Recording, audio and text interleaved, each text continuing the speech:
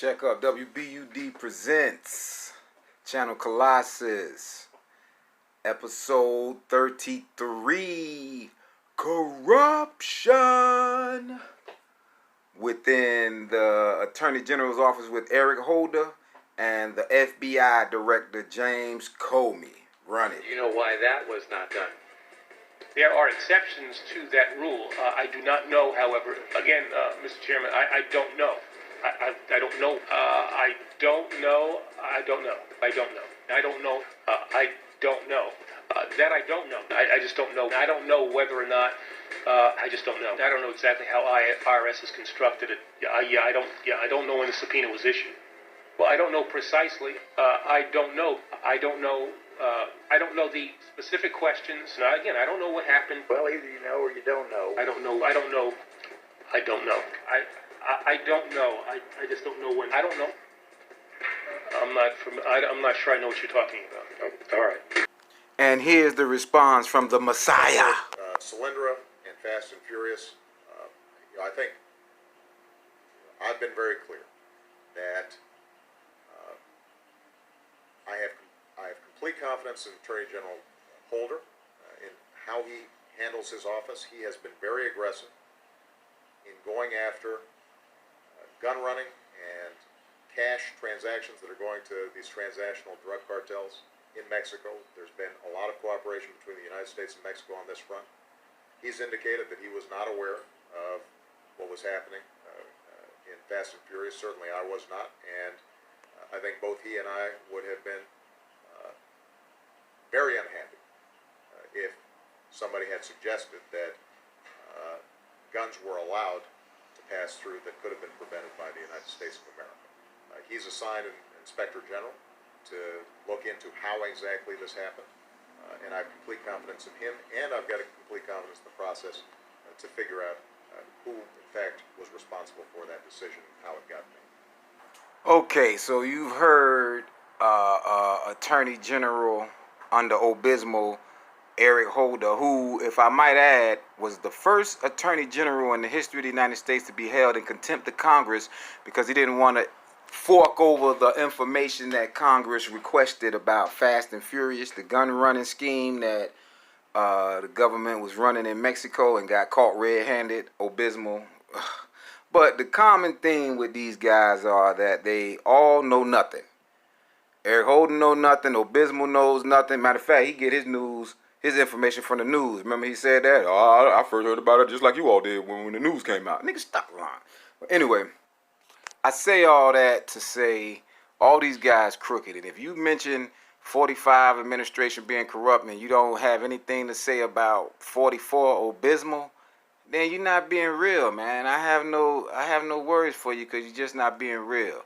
Now, I led in with Eric Holder, the Attorney General. Now, listen to the head of the FBI, the FBI Director, James Comey.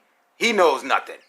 Memory's pretty good. I don't do enough to go to the January 5th meeting in the Oval Office. Did you call that meeting, or did either President Obama or Vice President Biden call that meeting? I don't know who called it. Who issued the invitation to you to attend that?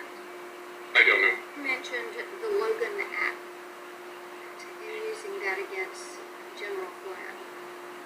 Nobody that I recall. Memory's pretty good. I don't. All right, next question. When did you learn that the primary subsource, so the basis for this garbage Steele dossier, was a suspected Russian asset? I don't remember. Any due diligence on this at all?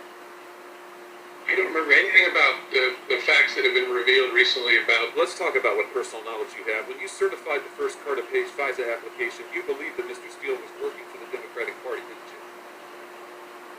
I don't remember whether I knew the Democratic Party. The nature of the information provided by Mr. Steele, did he not? I don't know. And you knew of those concerns before you signed off on the FISA application, didn't you?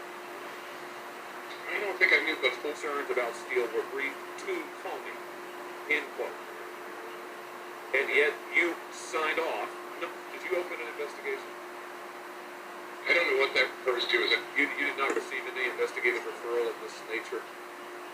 I don't remember it. Do you have any regrets?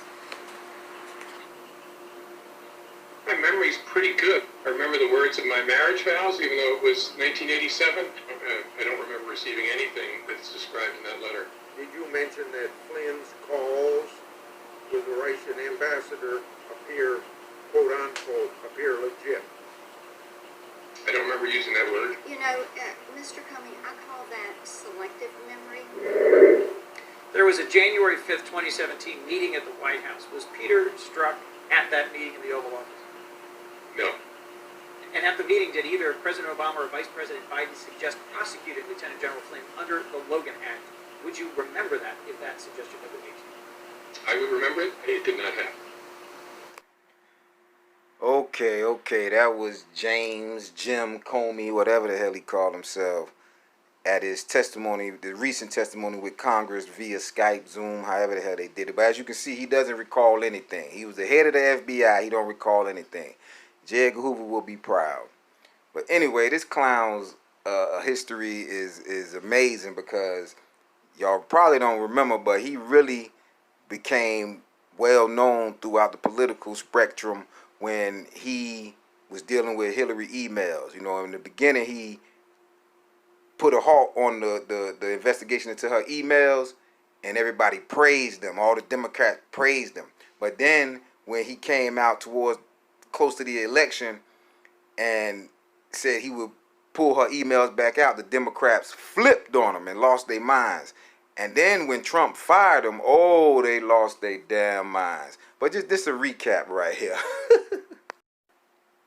Okay, this group of videos is how the Democrats reacted when old lying-ass Comey decided to help Hillary out and snuffed the emails. He didn't want to go into her server, and he just closed the case, and this is how they acted.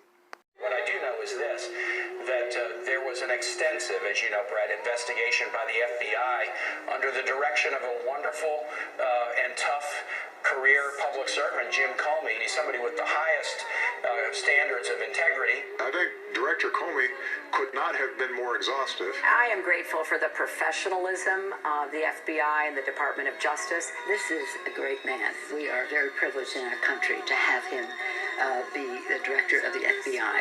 No one can question the integrity, the competence. I don't know whether your family's watching this, but I hope that they are as proud of you as I am.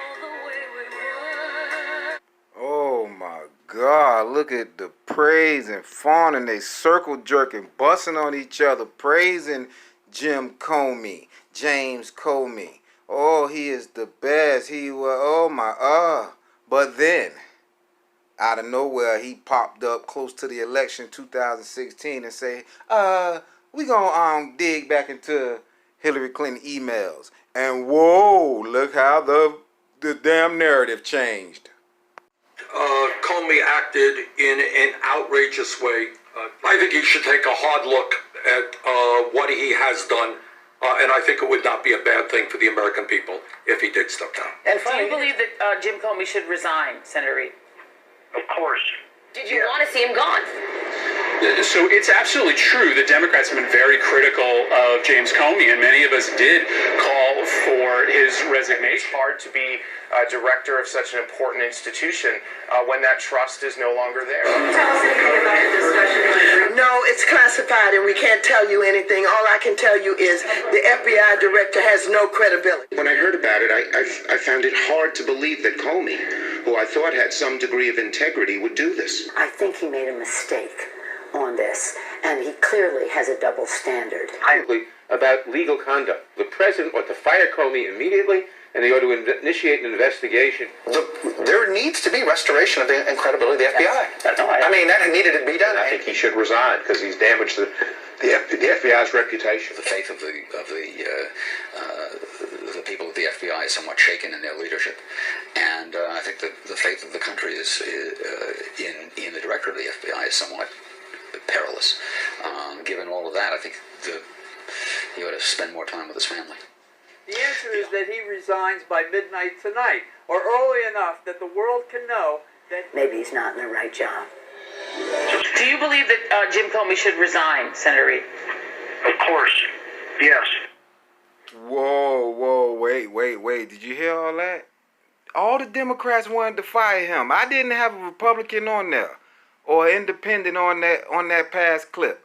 All the Democrats wanted to fire Jim, whatever the hell his name is, Comey. They wanted to get rid of him. But when Trump got in office, 45 got in office and decided to give Mr. Comey his walking papers, oh, check this out. I simply said to him, Mr. President, in all due respect, you're making a very big mistake. Well, it's incredibly disturbing at many levels. It just harkens back, I think, to some of the most tainted actions by President Nixon. Senator, what was your first thought when you heard of the Comey firing? Disbelief. I was stunned, and I'll say I think we're living through the stress test of this 230-year-old democracy. And so while I was critical, I never called for him to be fired. That's what you call splitting hairs here.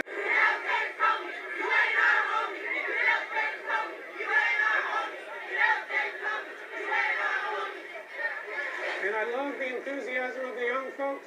I just wish they would understand what a conversation is. A conversation is where you speak and I listen, and then I speak and you listen, and we go back and forth and back and forth.